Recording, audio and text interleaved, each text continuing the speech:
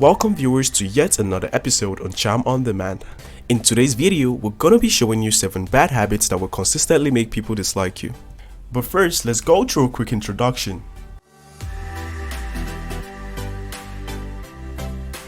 Welcome viewers to Charm on Demand, a channel dedicated to bringing content that will provide you a guide to life, like gaining confidence, winning arguments, psychological tricks, emotional tricks, physical tricks, and lots more genres to get you up on beat and to gain an upper hand in life. Would like for you to show your support by liking this video, subscribing to our YouTube channel, and clicking on the notification bell icon to get notified whenever we drop our absolute value busters.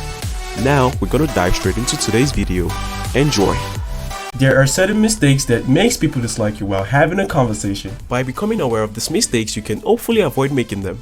The first bad habit is vulnerability dropping. That's instantly making a joke when someone opens up vulnerably. Watch this quick clip for a brutal example with a soldier who thought he had saved a friend who ended up dying in battle. That was such a high moment with everything that had happened. The Mace was going to make it. Sounds like at the end the battle came down to saving Private Mace. Some people aren't comfortable with strong emotions, so they use humor to quickly try to change the tune of the conversation. This can make the person sharing with you feel hurt and unsafe. There are times where it can be helpful to use humor to lift someone's mood, but make sure you're doing it for them and not because you're uncomfortable.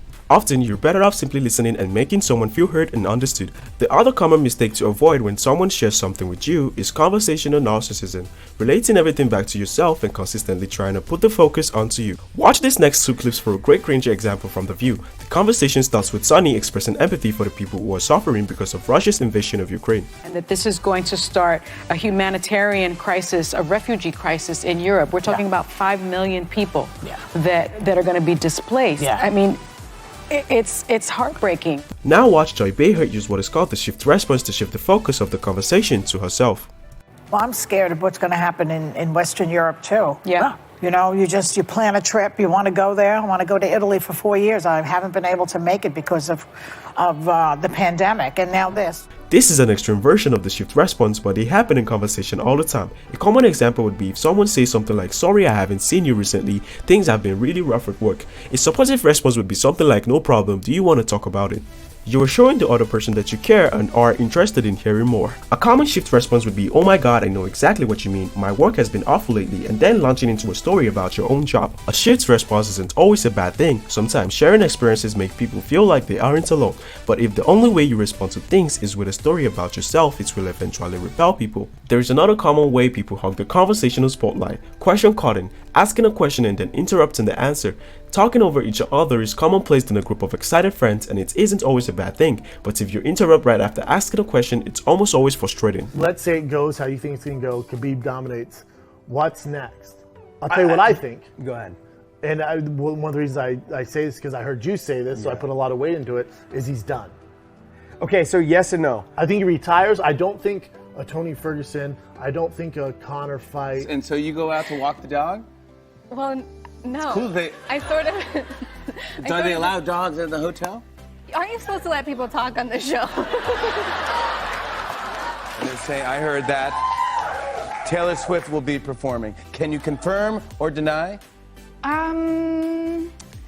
I mean, we've had a really good time today. Taylor! No, see where I'm going with this at least. Nobody ever listens to me. The good news is it's extremely easy to avoid this mistake. If someone asks a question, let them answer it. There's another mistake related to asking questions that you also want to avoid, and that's trampling boundaries. This sounds obvious, but you'd be shocked how common it is. Here's a quick example of what it looks like. For context, Rob Gronkowski's teammate Aaron Hernandez was arrested for murder around the time of this interview. I do have to ask you, when you heard about Aaron Hernandez, what you thought, what your reaction was? Next question. I learned that from Drew Rosenhaus. Next question. It had to be a shock for you, though. It had to be a shock for all your teammates. Next question. You would think that Rob made it clear that he wants to move to a new topic, but watch what the interviewer does next. All right, then I'll ask you. It seems to me that these two men played on opposite sides of the line, but they had more than that in terms of being opposites. And I truthfully, I'm not going to go. Yeah, I'm not going to go there. Don't walk off right now. Here's another example so you can see how this might happen without you meaning to upset someone. It starts with Jim Norton asking a very personal question, but in a respectful way. I know your mom was killed, right? But did they? There you go. That's what I'm getting to. Well, that's what Sam is kind of, I think, alluding to. It's obviously a very rough way to come up. Was it something that was ruled accidental and then declared a murder? There was some kind of a... Now watch what happens when Dylan McDermott draws a boundary and says that the topic is off limits. I mean, I really want to get into that now. I'm just talking about LA to Vegas, but yeah, it was definitely rough. And, what night is that on? It's on Tuesdays at 9. It's on Tuesdays at 9. It's not the death slot. Hey, speaking of death, what time? LA to Vegas, I love it. Similar to vulnerability dropping, it's possible Doug Stanhope was trying to add levity to the conversation because he was uncomfortable, or even because he saw Dylan was uncomfortable and was trying to help. It's possible to mean well when you cross someone's boundary, but it's much better off simply respecting the boundary and moving on.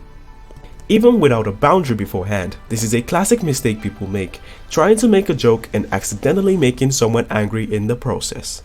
With certain close friends that you know like dark humor and nothing has to be off limits, but especially with people you're meeting first, it can be a mistake to tease sensitive topics. You think this is obvious, but again, it is surprisingly common. Just wondering who told you that, because... My wife tells me that often. She says, good morning. I'm still married, as a matter of fact. Yes, well, you... But I truly am, no joke, sorry for the loss of your friend Ryan Dunn. I know you must have been thinking it could have been me, and I know we were all thinking, why wasn't it? The mistake here is getting so focused on trying to make a group laugh, you don't pause to consider how the focus of your joke will feel. If you're going to tease someone for a laugh, tease them about something unlikely to be insecure or sensitive about. You bring these slightly different nuances to Thor, whether he's on Asgard or on Earth or whatever. You bring new aspects to him. And with Captain America, it's like, as we've seen him evolve. Yes. The most likable way to tease someone is to tease their strengths. You say something obviously untrue that it ends up drawing attention to a strength of theirs. Watch this next clip for another example with Chris Evans and Chris Hemsworth, this time guessing Avengers based on bicep photos. What do you got? Hemsworth. Here's Scarlett Johansson with a similar joke during playground insults. Your biceps look like Thanksgiving turkeys. Now let's talk about a mistake that often comes with good intention, giving unsolicited advice. As an example, watch George from Impulsive give the Island Voice financial advice for if their music career flames out. I think if God forbid it doesn't go in your guys' direction, for real, I think you guys take all of your jewelry assets and invest it in something. So you guys will never ever be broke again. So I don't think there's ever gonna be a broke situation. But I'm saying, like, if you guys... George isn't a rude guy, he's genuinely trying to be helpful here, but you can see it makes the Island Boys angry because they didn't ask what to do if their music career doesn't work, so the advice feels insulting. George, stop talking. We have multiple... Wait, that was... Yeah. Hey, that was for you guys. Yeah, that wasn't like a hate shot. I don't need financial advice when I probably make more money than you. But that was me being nice. It wasn't me being like an asshole. Because I was giving you guys nice advice and you guys were being assholes. Hey, George, keep talking. I'm gonna walk out. It's great to want to help people, but you will get a much better response if you ask if someone wants your advice before you give it.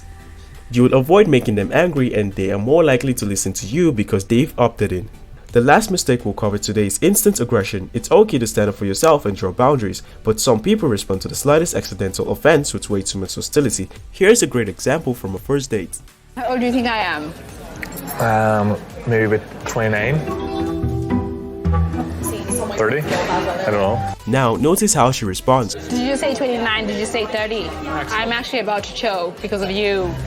I'm 25. You can see her continued hostility makes the guy very uncomfortable. I didn't know. You said I'm 29 or I'm 30. You don't seem like a 25-year-old.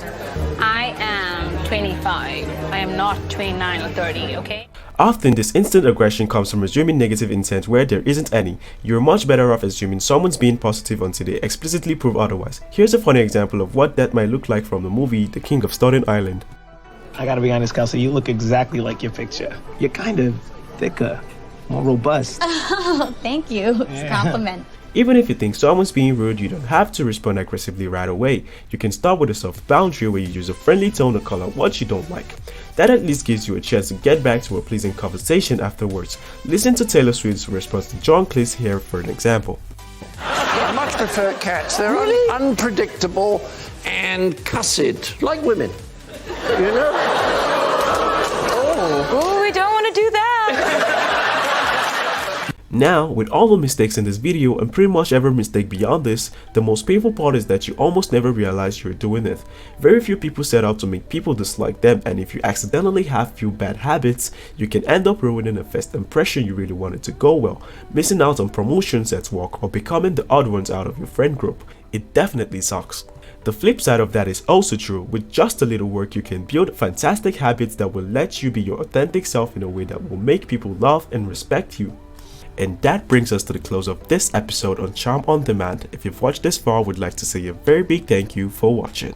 Would like for you to show your support by liking this video, subscribing to our YouTube channel, and clicking on the notification bell icon to get notified whenever we drop our absolute value busters. Charm on Demand says a very big thank you once again. Stay tuned and stay safe.